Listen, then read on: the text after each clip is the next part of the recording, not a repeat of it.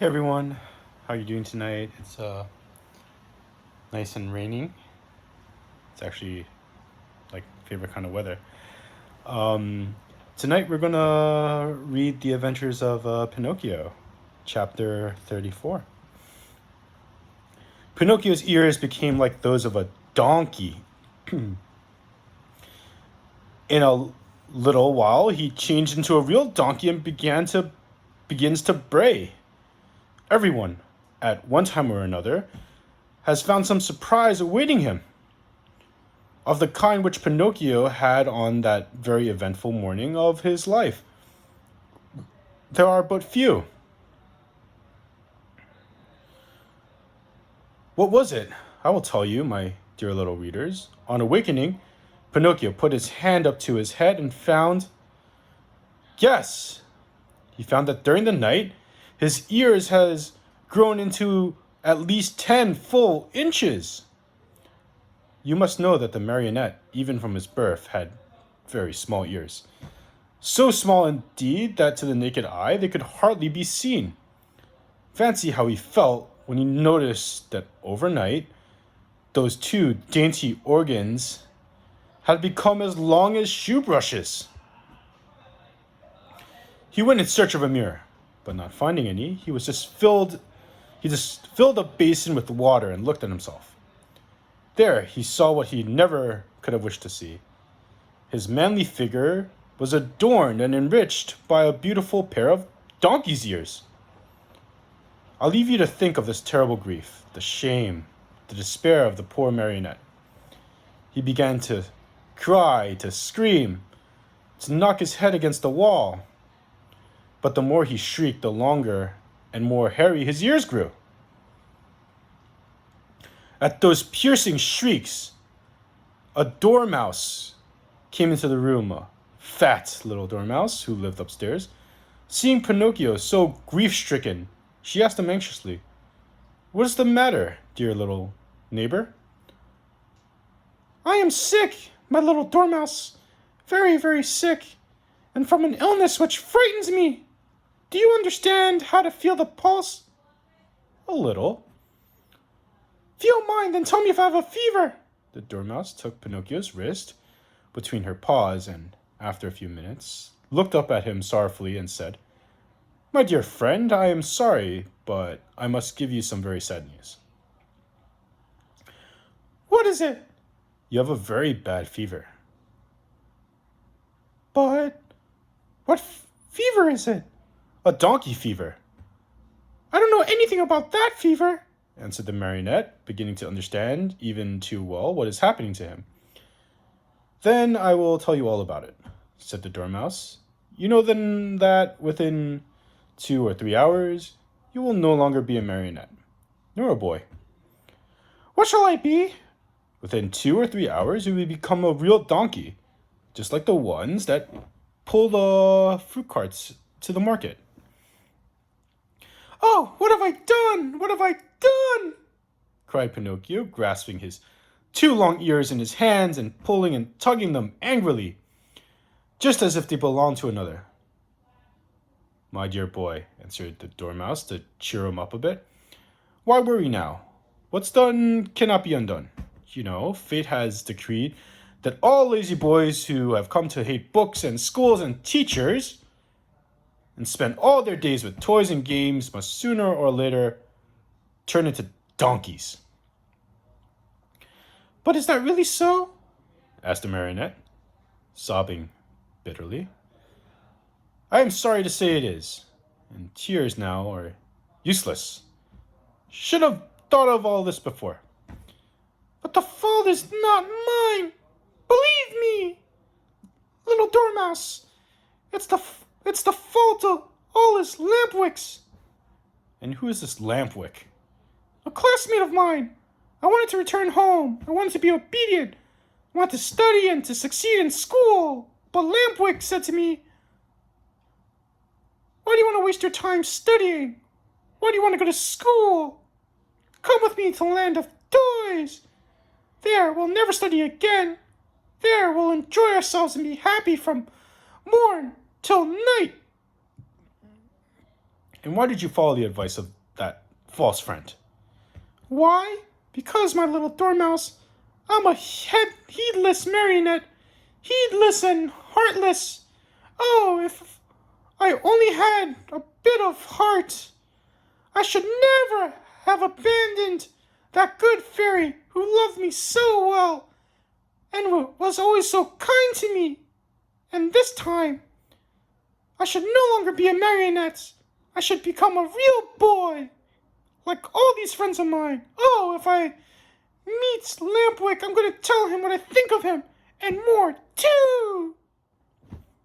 After this long speech, Pinocchio walked to the door of the room. But when he reached it, remembering his donkey ears, he felt ashamed to show them to the public and turned back. He took a large cotton bag from the shelf, put it on his head, and pulled it far down to his very nose. Thus, adorned, he went out. He looked for Lampwick everywhere, along the streets, in the squares, inside the theaters, everywhere, but he was not to be found. He asked everyone whom he had met about him, but no one had seen him. In desperation, he returned home and knocked about the door. "Who is it?" asked Lampwick from within. It is I, answered the marionette. "Wait a minute." After a full half an hour, the door opened. Another surprise awaited Pinocchio. There in the room stood his friend with a large cotton bag on his head, pulled far down to his very nose. At the sight of that bag, Pinocchio felt slightly happier and thought to himself, my friend must have been suffering from the same sickness that I am. I wonder if he, too, has donkey fever. But pretending he had seen nothing, he asked with a smile, How are you, my dear Lampwick? "Very well. Like a mouse in Parmesan cheese." Is that really true? "Why should I lie to you?" Beg your pardon, my friend, but then why are you wearing a cotton bag over your ears? "The doctor has ordered it because one of my knees hurt, and you, my dear marionette, why are you wearing that cotton bag down to your nose?" The doctor has ordered it because I bruised my foot. "Oh, my dear Pinocchio." Oh, my dear Lampwick. An embarrassingly long silence followed these words, during which time the two friends looked at each other in a mocking way. Finally, the marionette, in a voice sweet as honey and soft as a flute, said to his companion, Tell me, Lampwick, dear friend, have you ever suffered from an earache? "Never. And you?" Never. Still, since this morning, my ear has been torturing me. "So is mine." Yours, too? And which ear is it? "Both of them." "And yours?" Both of them, too. I wonder if it could be the same sickness. "I'm afraid it is." Will you do me a favor, Lampwick? "Gladly, with my whole heart." Will you let me see your ears? "Why not? Before I show you mine, I want to see yours, dear Pinocchio." No, you must show yours first. "No, my dear. Yours first, then mine." Well, then, said the marionette, let us make a contract. "Let's hear the contract." Let's take off our caps together, all right? "All right." Ready then. Pinocchio began to count. 1, 2, 3. At the word of 3, the boys pulled their caps and threw them high in the air.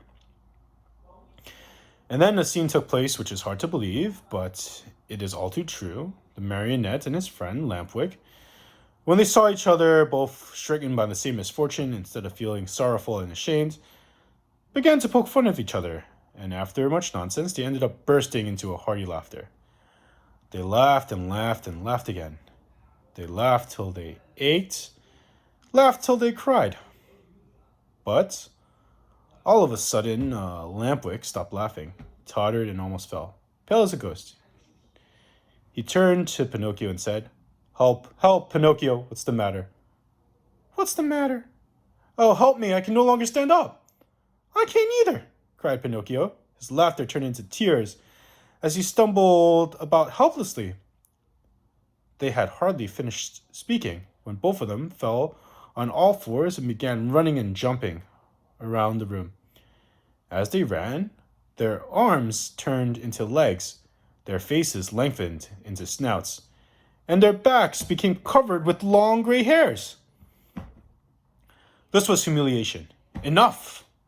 But the most horrible moment was that one in which the two poor creatures felt their tails appear, overcome with shame and grief. They tried and cried and bemoaned their fate. But what is done can't be undone. Instead of moans and cries, they burst into loud donkey brays, which sounded very much like ha, ha, ha. At that moment, a loud knocking was heard from the door, and a voice called to them, "Open! I am the little man, the driver of the wagon which brought you here. Open, I say, or beware." Chapter 33. Pinocchio, having become a donkey, is bought by the owner of a circus, who wants to teach him to do tricks. The donkey becomes lame and is sold to a man who wants to use his skin for a drumhead. Very sad and downcast were the two poor little fellows as they stood and looked at each other outside the room. The little man grew more and more impatient, and finally gave the door such a violent kick that it flew open. With his unusual smile on his lips, he looked at Pinocchio and Lampwick and said to him, "Fine work, boys! You have brayed well. So well I recognize your voices, and immediately here I am." On hearing this, the two donkeys bowed their heads in shame, dropped their ears, and put their tails between their legs. At first, the little man petted and caressed them and smothered them down their hairy coats. Then he took out a currycomb and worked over them till they shone like glass. Satisfied with the looks of the two little animals, he bridled them and took them to the marketplace, far away from the land of toys, in the hope of selling them at a good price. In fact, he did not have to wait very long for an offer. Lampwick was bought by a farmer whose donkey had Lampwick once in the world. Lampwick was bought by a farmer whose donkey had died the day before. Pinocchio went to the owner of a circus who wanted to teach him to do tricks for his audiences. And now, do you understand what a little man's profession was? This horrible little being, whose face shone with kindness, went about the world looking for boys. Lazy boys who hated books, boys who wanted to run away from home, boys who were tired of school. All these were his joys and his fortunes. He took them with him to the land of toys and let them enjoy themselves to their heart's content. When, after months of play and no work, they became little donkeys, he sold them at the marketplace. In a few years, he had become a millionaire. What happened to Lampwick, my dear children, I do not know. Pinocchio, I can tell you, met with great hardship even from the first day. After putting him in a stable, his new masters filled his manager with straw. But Pinocchio, after tasting a mouthful, spat it out. Then the man filled the manager with hay. But Pinocchio did not like that any better. "Ah, you don't like hay either?" he cried angrily. "Wait, my pretty donkey, I'll tell you not to be so particular." Without more ado, he took a whip and gave the donkey a hearty blow across the legs. Pinocchio screamed with pain as he screams, he brayed. Haw, haw, haw. I can't digest straw. Then eat the hay, answered his master, who understood the donkey perfectly. Haw, haw, haw. Hay gives me a headache. Do you pretend, by any chance, that I should feed you duck or chicken? Asked the man again, angrier than ever, and gave Pinocchio another lashing. And at the second lashing, Pinocchio became very quiet and said no more. After that, the door of the stable was closed and he was left alone. It was many hours since he had eaten anything, and he started to yawn from hunger. As he yawned, he opened his mouth as big as an oven. Finally, not finding anything else in the manager, he tasted the hay. After tasting it, he chewed it well, closed his eyes, and swallowed it. This hay is not bad, he said to himself, but how much happier I should be if I had studied. Just now, instead of hay, I should be eating some good bread and butter. Patience. Next morning, when he awoke, Pinocchio looked in the manager for more hay, but it was all gone. He had eaten it all during the night. He tried the straw, but as he chewed it away, he noticed, to his great disappointment, that it tasted neither like rice nor like macaroni. Patience, he repeated as he chewed. If only my misfortune might serve a lesson to disobedient boys who refuse to study. Patience, have patience. Patience indeed, shouted his master just then, as he came into the stable. Do you think, perhaps, my little donkeys, that I've brought you here only to give you food and drink? Oh no! You're going to help me earn some fine gold pieces. Do you hear? Come along. Now, I'm going to teach you to jump and bow, to dance a waltz and the polka, and to even stand on your head. Poor Pinocchio, whether he liked it or not, had to learn all these wonderful things. But it took him 3 long months and cost him many, many lashings before he was pronounced perfect. The day came at last when Pinocchio's masters was able to announce an extraordinary performance. The announcements, posted all around the town, was written in large letters, read thus: A great spectacle tonight. Leaps and exercises by great artists and the famous horses of the company. First public appearance of the famous donkey called Pinocchio, the star of the dance. The theater will be as light as day. That night, as you can imagine, the theater was filled to overflowing 1 hour. The show was scheduled to start. Not an orchestra could be had, not a balcony seat, nor a gallery seat, not even for their weight in gold. The place swarmed with boys and girls of all ages and sizes, wriggling and dancing about in a fever of impatience to see famous donkey dance. When the first of the performance was over, the owner and manager of the circus, in a black coat, white knee breeches, and patent leather boots, presented himself to the public and, in a loud, pompous voice, made the following announcements.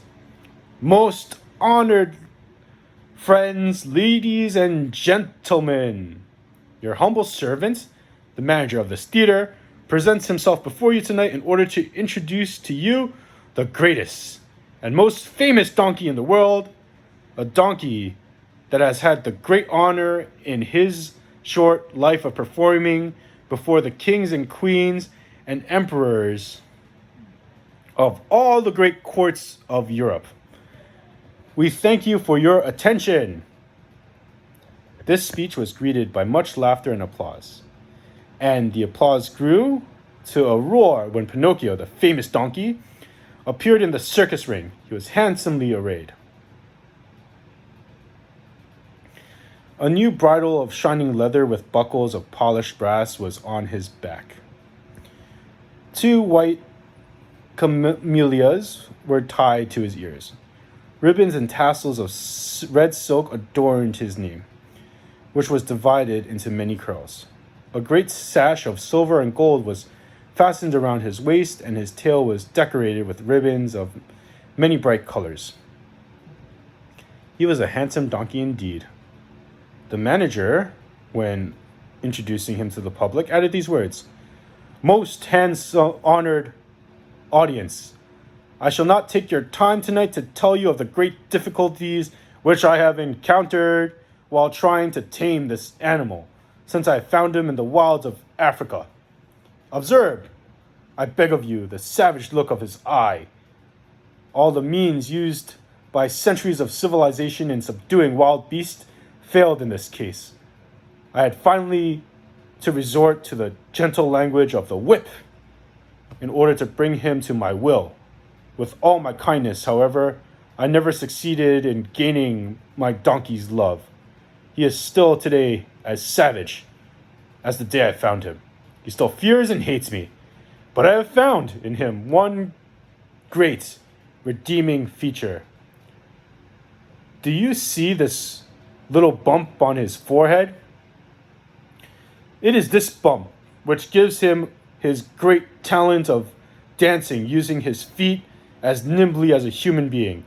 Admire him, oh signori, and enjoy yourselves. I let you know now, be it the judges of my success as a teacher of animals before I leave you. I wish to state that there will be another performance tomorrow night. If the weather threatens rain, the great spectacle will take place at 11 o'clock in the morning." The manager bowed and then turned to Pinocchio and said, "Ready, Pinocchio? Before starting your performance, salute your audience." Pinocchio obediently bent his 2 knees to the ground and remained kneeling until the manager, with a crack of the whip, cried sharply, "Walk!" The donkey lifted himself on his 4 feet and walked around the ring. A few minutes passed, and again the voice of the manager called, "Quick step!"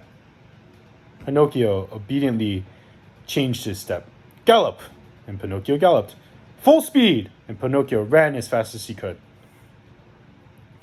As he ran, the master raised his arm and a pistol shot rang in the air. At the shot, the little donkey fell to the ground as if he was really dead. A shower of applause greeted the donkey as he arose from his feet, and cries and shouts and hand clapping were heard on all sides. At all that noise, Pinocchio lifted his head and raised his eyes. There in front of him, in a box, a beautiful woman. Around her neck, she wore a long gold chain, from which hung a large medallion.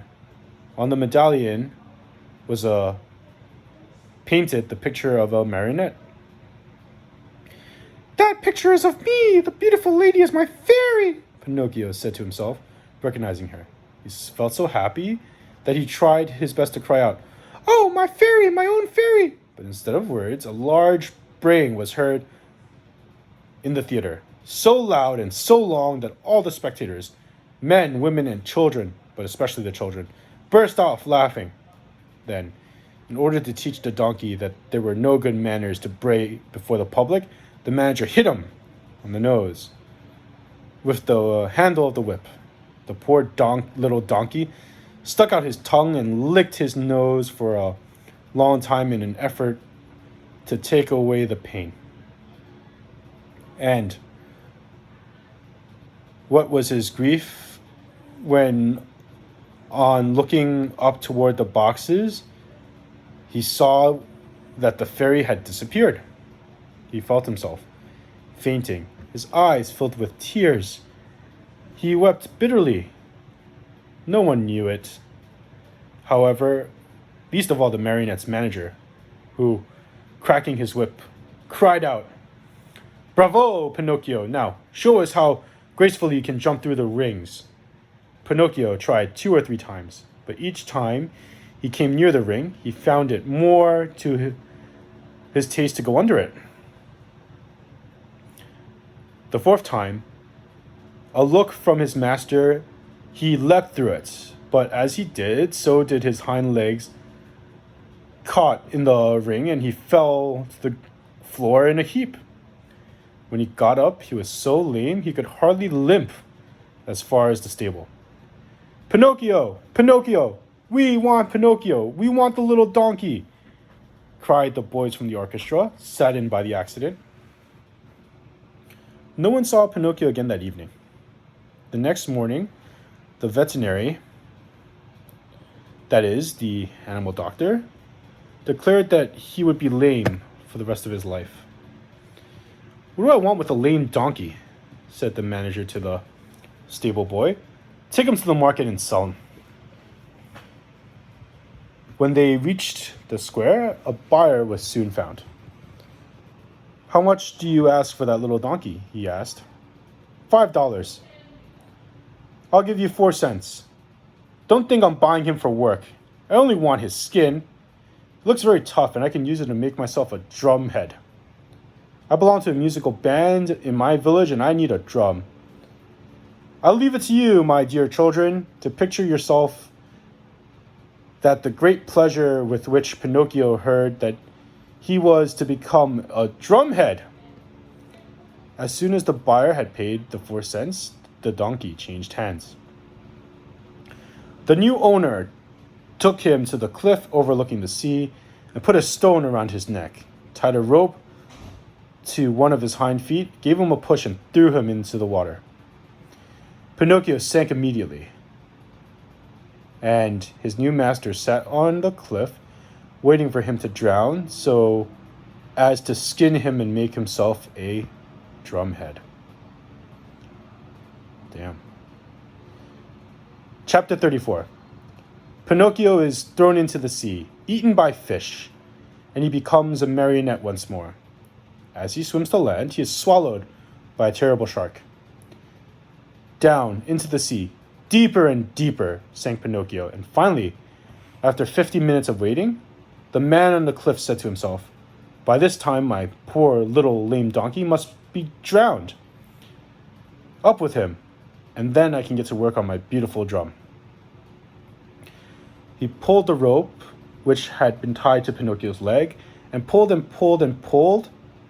At last, he saw appear on the surface of the water. Can you guess what? Instead of a donkey, he saw a very much alive marionette, wriggling and squirming like an eel. Seeing that wooden marionette, the poor man thought he was dreaming and sat there with his mouth wide open and his eyes popping out of his head. Gathering his wits together, he said, "And the donkey I threw into the sea? I am that donkey!" Answered the marionette, laughing. "You?" "I." "Ah, you little cheat! You poking fun at me?" "Poking fun at you? Not at all, dear mister. I am talking seriously." "But then, how is it that you, a few minutes ago, were a donkey, now standing before me a wooden marionette?" "It may be the effect of the salt water. The sea is fond of playing these tricks." "Be careful, marionette, be careful. Don't laugh at me. Woe be to you if I lose my patience." "Well then, my master, do you want to know my whole story? Untie my leg and I'll tell it to you better." The old fellow, curious to know the true story of the marionette's life, immediately untied the rope which held his foot. Pinocchio, feeling free as a bird of the air, began his tale. Know then that once upon a time I was a wooden marionette, just as I am today. One day I was about to become a boy, a real boy. But on the account of my laziness and my hatred of books, and because I listened to bad companions, I ran away from home. One beautiful morning, I awoke to find myself changed into a donkey. Long ears, gray coat, even a tail. What a shameful day that was for me. I hope you will never experience one like it, dear master. I was taken to the fair to be sold off to a circus owner who had tried to make me dance and jump through the rings. One night, during a performance, I had a bad fall and became lame. Not knowing what to do with a lame donkey, the circus owner sent me to the marketplace and you brought me. Indeed, I did. I paid 4 cents to you. Now, who will return my money to me? But why did you buy me? You bought me to do harm, to kill me, to make a drumhead out of me. Indeed, I did. And now, where shall I find another skin? Never mind, dear master. There are so many donkeys in this world. Tell me, imprudent little rogue, does your story end here? One more word, answered the marionette. And I am though after buying me, you brought me here to kill me. But feeling sorry for me, you tied a stone to my neck and threw me to the bottom of a sea. And that was a very good and kind of you to want me to suffer as little as possible. And I shall remember you always. And now, my fairy will take care of me, even if you... Your fairy? Who is she? She is my mother. And like other mothers who love their children, she never loses sight of me, even if I do not deserve it. And today, this good fairy of mine, as soon as she saw me in danger of drowning, she sent thousands of fishes to the spot where I lay. They thought I was really a dead donkey and began to eat me. What great bites they took!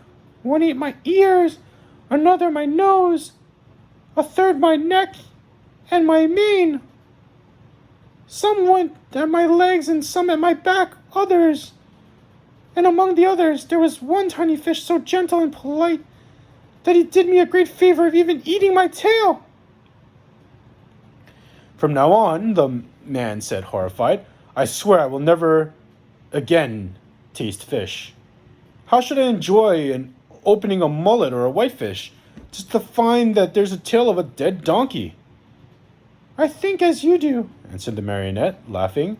Still, you must know that when the fish finished eating my donkey coat, which covered me from head to foot, they naturally came to the bones, or rather, in my case, to the wood. For as you know, I am made of very hard wood. After the first few bites, those greedy fish found out that the wood was not good for their teeth, and, afraid of indigestion, they turned and ran here and there without saying goodbye, or even as much as a thank you to me. Here, dear master, you have my story. You know now why you found a marionette and not a dead donkey when you pulled me out of the water. I laugh at your story, cried the man angrily. I know that I spent 4 cents to get you, and I want my money back. Do you know what I can do? I'm going to take you to the market once more and sell you as dry firewood. Very well, sell me. I am satisfied, said Pinocchio, but as he spoke, he gave a quick leap and divided into the sea. Swimming away as fast as he could, he cried out laughing, Goodbye, masters. If you ever need a skin for your drum, remember me. He swam on, and in a while he turned around again and called louder than before. Goodbye, master. If you ever need a piece of good, dry firewood, remember me. In a few seconds, he had gone so far he could hardly be seen. All that could be seen of him was a very small black dot moving swiftly on the blue surface of the water. A little black dot which now and then lifted an arm or leg in the air. One would have thought that Pinocchio had turned into a porpoise playing in the sun. After a long time, Pinocchio saw a large rock in the middle of the sea, a large as white as a marble. High on the rock stood a little goat, bleating and calling and beckoning to the marionette to come to her. There was something very strange about that little goat. Her coat was not white or black or brown as any other coat, but azure, a deep brilliant color that reminded one of the hair of the lovely maiden. Pinocchio's heart beat fast, and then faster and faster. He redoubled his efforts and swam as soon as he could toward the white rock. He was almost halfway over when suddenly a horrible sea monster stuck its head out of the water, an enormous head with a huge mouth wide open, showing 3 rows of gleaming teeth, the mere sight of which could have filled you with fear. Do you know what it was? That sea monster was like no other than the enormous shark, which had been so mentioned so often in this story, and which, on account of its cruelty, had been nicknamed the Attila of the Sea by both fish and fishermen. Poor Pinocchio, the sight of the monster frightened him almost to death. He tried to swim away from him to change his path to escape, but that immense mouth kept coming nearer and nearer. "Hasten, Pinocchio, I beg you," bleated the little goat on the high rock, and Pinocchio swam desperately with his arms, his body, his legs, his feet. "Quick, Pinocchio, the monster is coming nearer!" Pinocchio swam faster and faster and harder and harder. "Faster, Pinocchio, the monster will get you. There he is, there he is. Quick, quick, are you lost?" Pinocchio went through the water like a shot, swifter and swifter. He came close to the rock. The goat leaned over and gave him one of her hoofs to help him out of the water. Alas, it was too late. The monster overtook him, and the marionette found himself in between the rows of gleaming white teeth. Only for a moment, however, for the shark took a deep breath. As he breathed, he drank in the marionette as easily as he would have sucked an egg. Then he swallowed him so fast that Pinocchio, falling down into the body of the fish, lay stunned for a half hour. When he recovered his senses, the marionette could not remember where he was. Around him, all was darkness. A darkness so deep and so black that for a moment he thought he had put his head into an inkwell. He listened for a few moments and heard nothing. Once in a while, a cold wind blew on his face. At first, he could not understand where the wind was coming from, but after a while, he understood that it came from the lungs of the monster. I forgot to tell you that the shark was suffering from asthma, so that whenever he breathed, a storm seemed to blow. Pinocchio at first tried to be brave, but as soon as he became convinced that he was really and truly in the shark's stomach, he burst into sobs and tears. "Help! Help!" he cried. "Oh, poor me! Won't someone come save me?" "Who is there to help you, unhappy boy?" said the rough voice, like a guitar out of tune. Who is talking? asked Pinocchio, frozen with terror. "It is I, a poor tunny swallowed by the shark as same as you. And what kind of fish are you?" I have nothing to do with fishes. I am a marionette. "If you're not a fish, why do you let this monster swallow you?" I didn't let him. He chased me and swallowed me. Without even by your leave. And now, what are we going to do here in the dark? Wait till the shark digests us both, I suppose. But I do not want to be digested, shouted Pinocchio, starting to sob. "Neither do I," said the tunny, "but I'm wise enough to think that if one is born a fish, it is more dignified to die under the water than in the frying pan." "What nonsense!" cried Pinocchio. "Mine is an opinion," replied the tunny. "An opinion should be respected." "But I want to get out of this place. I want to escape." "Go, if you can." "Is this shark that has swallowed us very long?" asked the marionette. This body, not counting the tail, is almost a mile long. While talking in the darkness, Pinocchio thought he saw a faint light in the distance. What can that be? He said to Tully. Some other poor fish, waiting as patiently as we are to be digested by the shark. I want to see him. He may be an old fish and he may know of a way to escape. I wish you all good luck, dear Marionette. Goodbye, Tunny. Goodbye, Marionette, and good luck. When shall I see you again? Who knows? It's better not to think about it. And that concludes chapter 34 of The Adventures of Pinocchio.